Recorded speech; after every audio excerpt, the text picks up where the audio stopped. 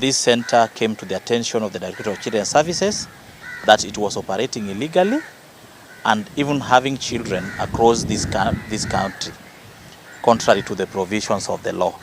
The center has been closed forthwith from operating as a charitable children institution because of non-compliance issues.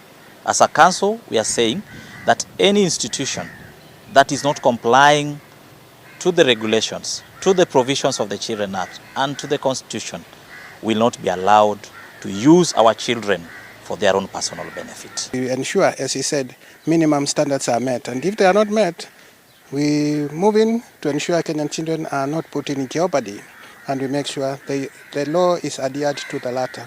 We have 17 children homes, and we closed Ultimate Wings, that was a rescue center.